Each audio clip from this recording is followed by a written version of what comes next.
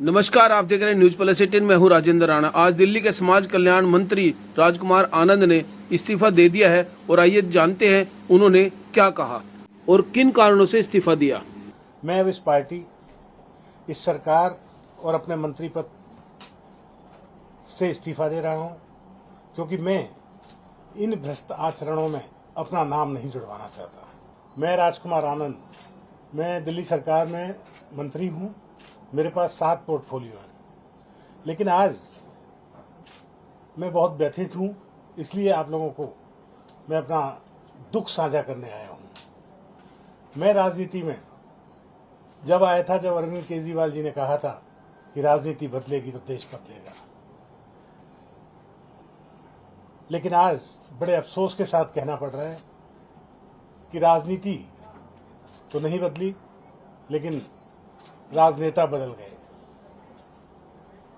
आम आदमी पार्टी का जन्म ही भ्रष्टाचार के खिलाफ आंदोलन से हुआ था, लेकिन आज ये पार्टी खुद भ्रष्टाचार के दलदल में फंस चुकी है। मेरे लिए मंत्री पद पर रहकर इस सरकार में काम करना असहज हो गया है। मैं अब इस पार्टी, इस सरकार और अपने मंत्री पद से इस्तीफा दे रहा हूं, क्योंकि मैं इन भ्रष्ट आचरणों में अपना नाम नहीं जुड़वाना चाहता। मैं नहीं समझता कि हमारे पास शासन करने की कोई नैतिक ताकत बच गई है। बाबा साहेब डॉक्टर भीमराव अम्बेडकर ने पे बैक टू सोसाइटी का जीवन मंत्र दिया था। उसी के वजह से मैं एक व्यापारी होते हुए भी एनजीओज में आया,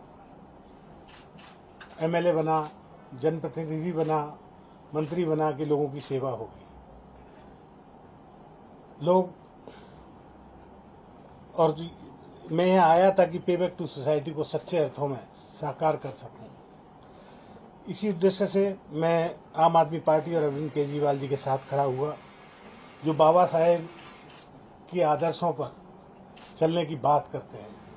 बाबा साहेब का फोटो हर प्रेस कॉन्फ्रेंस, हर सरकारी दफ्तर पर लगाते हैं, लेकिन जब बाबा साहेब के बातों की बात आती है, देखिए, रिजर्वेशन तो संवैधानिक मजबूरी है, लेकिन जब बात रिप्रेजेंटेशन की आती है, जब हम ऐसी जगहों पर अपने आदमी भेजने की बात करते हैं, दलित समाज अपने आदमियों को ऐसी जगह भेजने की बात करता है, जैसे हमारे यहाँ 13 राज्यसभा सांसद हैं आम आदमी पार्टी के, उनमें से एक भी दलित या पिछड़ा या महिला कोई भी नहीं है। तो ये जब रिप्रेजेंटेशन की बात आती है तो ये पार्टी अपना पीछे हो जाती है। जैसे पिछले दिनों विधानसभा ने बहुत सारे फेलोज की भर्ती की, जिसमें लाखों रुपए सैलरी थी, हजारों नहीं लाखों रुपए सैलरी थी, 2-2 लाख रुपए सैलरी थी, और उसमें दलितों को कोई भी जगह नहीं दी गई, दलितों को बिल्कुल नहीं लिया गया उसमें। तो मैं SC ST का भी मंत्री हूं, समाज कल्याण मंत्री भी हूं। अगर ये मेरे होते हुए ये सब काम ना हो तो मुझे नहीं लगता कि मेरा यहाँ होना जायज है।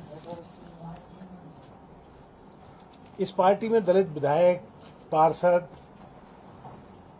और मंत्री का कोई सम्मान नहीं है।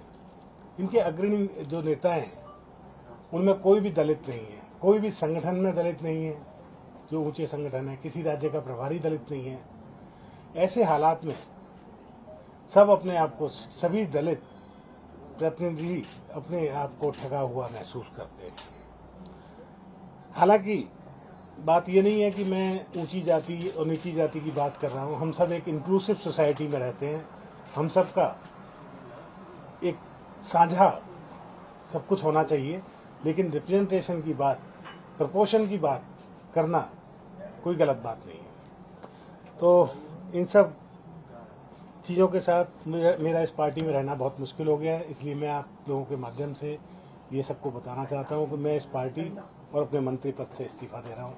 आप सब ने मुझे सुना, बहुत बहुत धन्यवाद।